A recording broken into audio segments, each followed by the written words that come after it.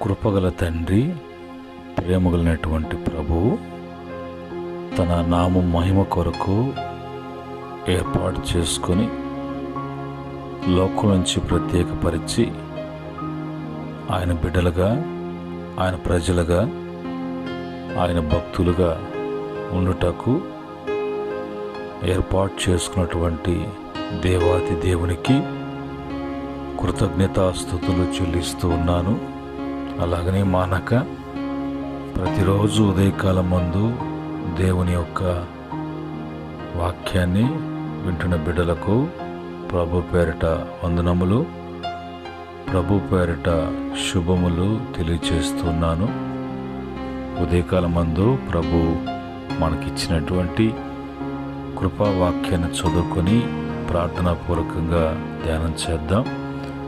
ఈ సమయంలో యెషయా గ్రంథము 43వ అధ్యాయము 4వ వచనములో, నీవు నా దృష్టికి ప్రియుడైనందున గనుడైతివి, నేను నిన్ను ప్రేమించుచున్నాను కనుక నీకు ప్రతిగా మనుషులను అప్పగించుచున్నాను, నీ ప్రాణమునకు ప్రతిగా జనములను అప్పగించుచున్నాను. ప్రేమగల తండ్రి, పరిశుద్ధుడా, మీకు వందనాలు. ఉదయకాలం ముందునైనా మీ మాటలు మేము చదువుకున్నాం. వాటిని ధ్యానిస్తుండగా బలపరచమని, నీ దాసును మరుగుపరిచి మీరు మాట్లాడమని యేసుక్రీస్తు నామములో అడిగి వేడుకుంటున్నాము తండ్రి. ఆమేన్. ప్రియమైన దేవుని బిడ్డలారా, ఈ సమయంలో మనము చదువుకున్న వాక్యము యాకోబును గురించి, భక్తుడైనటువంటి యాకోబును గురించి ప్రభు మాట్లాడుతున్నటువంటి మాటలు. దేవుని దృష్టికి ప్రియమైనటువంటి వాడుగా ఉన్నాడు కాబట్టి అతడు గనుడయ్యాడు అని అక్కడ రాయబడి ఉంది. కనుక నేను నిన్ను ప్రేమించుచున్నాను అని అంటాడు. కనుక దేవుని దృష్టికి ప్రియమైనటువంటి వాడుగా ఎవరైతే ఉంటాడో, దేవుని చేత ఎవరైతే ప్రేమించబడుతూ ఉంటారో, దేవుని యొక్క ప్రేమకు ఎవరు పాత్రుడుగా ఉంటాడో వాడు గనుడుగా, వాడు హెచ్చించబడినటువంటి వాడుగా వాడు ఉంటాడు అని స్వయాన ప్రభు చెప్తున్నాడు. కనుక అలాంటి వాడికి ప్రతిగా నేను మనుషుల్ని అప్పగిస్తాను, కానీ వారిని నేను అప్పగించను. వారు దేనికి కూడా ఇబ్బంది పడరు. వారికి ప్రాణము బదులుగా జనములను అప్పగిస్తాను అని అంటాడు. మొత్తానికి ప్రభు దృష్టికి, ఆయన చూసినప్పుడు, ఆయన దృష్టికి ప్రియమైనటువంటి వారుగా ఉన్నప్పుడు ప్రభు వారిని గణపరచడమే కాకుండా వారు భూలోకములో గనులైనటువంటి వారుగా ఉంటారు. ఎందుకంటే వారిని గణపరిచేది, వారిని హెచ్చించేది దేవుడే. కనుక ఆ విషయంలో మరి మనం ఉండవలసినటువంటిది ఆయనకు ప్రియమైనటువంటి బిడ్డలుగా, ఆయన దృష్టికి ప్రియమైనటువంటి వారుగా ఉన్నప్పుడు మన జీవితాలలో అనేకమైనటువంటి మేలులు దేవుని వలన మనము అనుభవించగలం. ఇక్కడ యాకోబు గురించి వాక్యం ఏం చెప్తుంది అంటే, కీర్తన 135వ కీర్తన 4వ చరణంలో, యెహోవా తన కొరకు యాకోబును ఏర్పరచుకొనెను, తనకు స్వకీయ ధనముగా ఇశ్రాయేలులను ఏర్పరచుకొనెను. ఇది దేవుని ఏర్పాట్లో ఉన్నటువంటి మరి వ్యక్తిగా, దేవుని ఏర్పాట్లో ఉన్నటువంటి మరి ప్రజలుగా కనిపించబడుతున్నారు. కనుక ఎప్పుడు కూడా మనం ఏది చేసినా దేవుని ఏర్పాట్లో ఉన్నటువంటి బిడలుగా, దేవుని చిత్తానుసారముగా మనం ఎప్పుడైతే ఉంటామో ఆయనకు ప్రియమైనటువంటి బిడలుగా మనము ఉంటాం. అలాగనే ద్వితీయోపదేశకాండము 4వ అధ్యాయం 2వ వచనంలో కూడా, ఎలయనగా నీ దేవుడైన యెహోవాకు నీవు ప్రతిష్ఠ జనము, మరియు యెహోవా భూమి మీదనున్న సమస్త జనములలో విశేషముగా తనకు స్వకీయ జనమగునట్లు నిన్ను ఏర్పరచుకొనెను. చూడండి, ఆయన దృష్టికి ప్రియమైనటువంటి వారుగా ఉన్నప్పుడు దేవుడు ఏ విధంగా ఏర్పాటు చేసుకుంటారో వారిని ఎలాగ ప్రత్యేకముగా ప్రభు ఉంచుతాడో అనే విషయాన్ని మనకు ఈ మాటలు తెలియజేస్తూ ఉన్నాయి. కనుక దేవుడు ఎప్పుడు కూడా మరి 31వ ఇర్మీయా గ్రంథం 31:3 ప్రకారంగా ఆయన శాశ్వతమైనటువంటి ప్రేమతో ప్రేమించువాడు, విడువక కృప చూపించేటువంటి దేవుడు. కనుక శాశ్వత కాలం నుంచి శాశ్వత కాలముగా ఉన్నటువంటి శాశ్వత దేవుడు, ఆయన ఒక ప్రేమ, ఆయన ఒక కృప ఎన్నడూ కూడా అది విడిచిపెట్టేది కాదు, అది తగ్గిపోయేది కాదు, అది నిలిచిపోయేది కాదు. ఎప్పుడు ఆయన ప్రేమిస్తూనే ఉంటారు, ఎప్పుడు ఆయన కృప చూపిస్తూనే ఉంటారు. మరి మలాకీ గ్రంథం 1:2 రాయబడినటువంటి మాట ప్రకారంగా యెహోవా సెలవిచ్చినది ఏమనగా, నేను మీ ఎడల ప్రేమ చూపించి ఉన్నాను, అయితే మీరు ఏ విషయం మందు నీవు మా ఎడల ప్రేమ చూపించి అందరూ ఏశావు యాకోబు అన్నకాడ, అయితే నేను యాకోబుని ప్రేమించి తిని అని అంటాడు. యాకోబుని ప్రేమించాడు. యాకోబు దేవుని దృష్టికి ప్రియమైనటువంటి వాడై ఉన్నాడు. అందుని బట్టి మరి ఇంకొక సందర్భంలో కూడా నేను ఏశావును ద్వేషించి తిని యాకోబుని ప్రేమించి తిని. యాకోబు దేవుని దృష్టికి అంతగా మంచిగా కనిపించటం, దేవుని చేత ప్రేమించబడడం, అందును బట్టి తన కొరకు తనను తన కుటుంబాన్ని మరి ఆయన ఏర్పాటు చేసుకొని ఆయన మహిమ కొరకు ప్రత్యేకించుకొని వారిని గనులుగా గణపరిచినటువంటి దేవుడిగా ఉన్నాడు. అలాగనే మన జీవితాలకు వచ్చినప్పుడు మన విషయం ఏంటి అన్నప్పుడు తీతు పత్రిక 2:14 ప్రకారంగా ఆయన సమస్తమైన దుర్నీతి నుండి మనలను విడిపించి సత్క్రియలందు ఆసక్తి గల ప్రజలను తన కోసరము పవిత్రపరచుకొని తన సొత్తుగా చేసుకున్నటకు తన్ను తాను మన కొరకు అప్పగించుకొనెను.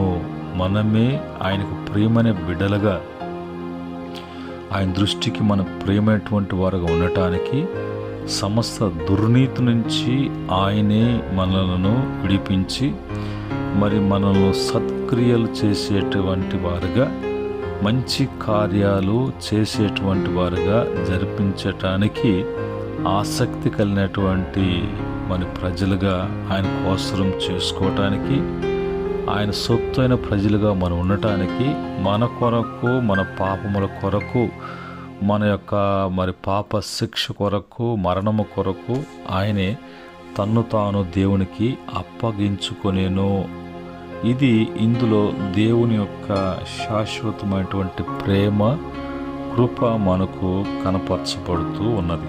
అలాగనే 1 పేతురు పత్రిక 2:9 అయితే మీరు చీకట్లో నుండి ఆశ్చర్యకరమైన తన వెలుగులోనికి మిమ్మల్ని పిలిచిన వాని గుణాతిశయములను ప్రచురము చేయ నిమిత్తము ఏర్పరచబడిన వంశమును, రాజులైన యాజక సమూహమును, పరిశుద్ధ జనమును, దేవుని సొత్తైన ప్రజలై ఉన్నారు. ఇప్పుడు మనం ఏమై ఉన్నామో, మునుపు ఎలాగున్నామో, ఇప్పుడు ఆశ్చర్యకరమైనటువంటి వెలుగులోకి మనల్ని పిలిచి ఆయన యొక్క గుణాతిశయములను ప్రచురము చేయ నిమిత్తము ఏర్పరచుకున్నటువంటి వంశము, రాజులైనటువంటి యాజక సమూహమును, పరిశుద్ధ జనమును, దేవుని సొత్తైన ప్రజలుగా ఉండటానికి మనల్ని ఏర్పాటు చేసుకున్నాడు. అందునిమిత్తమే మనం ఏర్పాటు చేయబడి ఉన్నాం. అందును బట్టి దేవుని దృష్టికి మనము మరి ప్రియమైనటువంటి వారుగా ఉండటానికి యేసు ప్రభు వారు మన కొరకు చేసినటువంటి త్యాగాన్ని జ్ఞాపకం చేసుకుంటూ యాకోబు కుటుంబాన్ని, తన వంశాన్ని ఏ విధంగా అయితే ఆయన ఏర్పాటు చేసుకున్నాడో అలాగనే మనం కూడా దేవుని యొక్క ఏర్పాట్లో ఉన్నాము. దేవుని యొక్క ఏర్పాట్లో ఉండటానికి మనం ప్రస్తుత సమస్త దుర్నీతి నుంచి మనల్ని ప్రభు విడిపించి చీకట్లో నుంచి వెలుగులోకి నడిపించి ఈరోజు మనము ఆయన సొత్తు అయిన ప్రజలుగా చేయబడ్డాం. ఇందును బట్టి మనలో మన ప్రవర్తన, మన యొక్క మాట తీరు, మన యొక్క ఉద్దేశాలు అన్నీ కూడా మన ఇష్టాలుగా కాకుండా ప్రభు యొక్క ఇష్టం ప్రకారముగా ఆయన దృష్టికి ప్రియమైనటువంటిదిగా చేయటానికి మనం ఎప్పుడు కూడా సమసిద్ధులమైనటువంటి వారంగా ఉండాలి.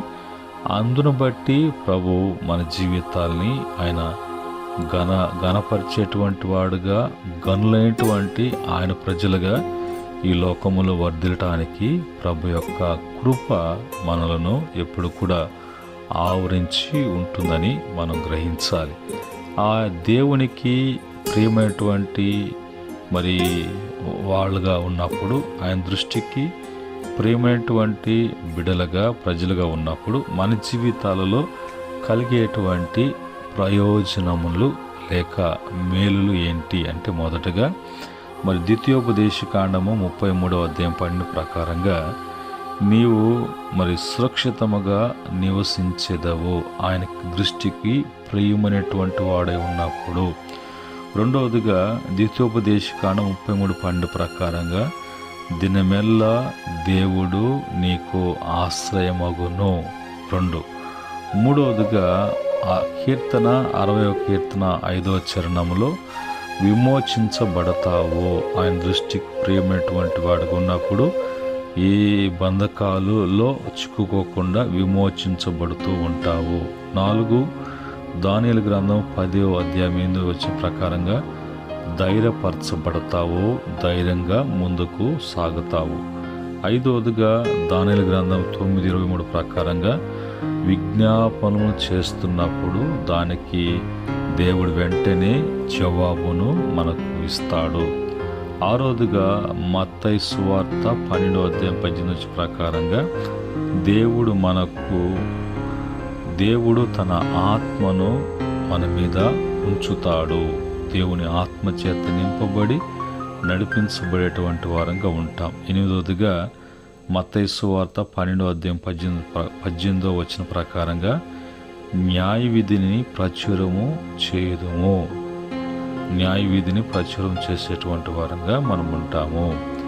ఈ 7 అనుభవాలు ఆయన దృష్టికి ప్రియమైనటువంటి వారుగా ఎవరైతే ఉంటారో వారికి ఈ ప్రయోజనములు కలిగినటువంటి వారుగా జీవిస్తారు. కనుక ఈ ఉదయకాలం మందు యాకోబు జీవితాన్ని ప్రభు చూపిస్తూ, యాకోబు దేవునికి ఎలాగా ప్రియమైనటువంటి వాడుగా ఉన్నాడు అంటే, అతను ఎబ్బేకు రేవు కాడ సమస్తాన్ని విడిచిపెట్టి ప్రభు చిత్తానికి అప్పగించుకొని ప్రభుకు లోబడి అతను దేవుని యందు భయభక్తులుగా ప్రతి విషయంలో పొరపాటు చేయకుండా, పొరపాటు కలగకుండా తను తాను భద్రపరుచుకొని జాగ్రత్త కలిగినటువంటి అనుభవం ఉన్నాడు. కాబట్టి దేవుని దృష్టికి ప్రియమైనటువంటి వాడుగా ఉండటమే కాకుండా దేవుని చేత అతను గనుడుగా ఘనపరచబడినట్లుగా అతని యొక్క సంతానము ఏ విధంగా ఉంటుంది, తన గర్భఫలము ఏ విధంగా ఉంటుంది అనే విషయాన్ని ప్రభు అతనికి తెలియచేసి గొప్ప చేసినట్లుగా మన జీవితాల్లో కూడా మన చీకటి బ్రతుకులను, దుర్నీతి జీవితంలో నుంచి విడిపించి మనము ఆయనకు ఏర్పాటు చేయబడినటువంటి బిడలుగా మనల్ని ఆయన ఘనపరచడానికి, ఆయన నామాన్ని ప్రచురము చేయటానికి ఆయన ఏర్పాట్లో మనం అంతా కలిగి ఉన్నామని గ్రహించి లోకం వైపు పరుగులు తీయక, లోకం చేత ఆకర్షించబడక, శరీరాశ, నేత్రాశ, జీవపడ్డమ్మము అనేది మనల్ని అణిచివేయకుండా వాటన్నిటిని తప్పించబడి దేవుని దృష్టికి మనం ప్రేమైనటువంటి బిడలుగా ఆయన ఏర్పాట్లో ఫలించి వృద్ధి చెంది ప్రభు నామ మహిమ కొరకు విస్తరించి ఆయన ఘనపరిచేటువంటి ప్రేమైన బిడ్డలుగా ఉండుటకు ప్రభు సహాయము చేయునుగాక. ఆమెన్.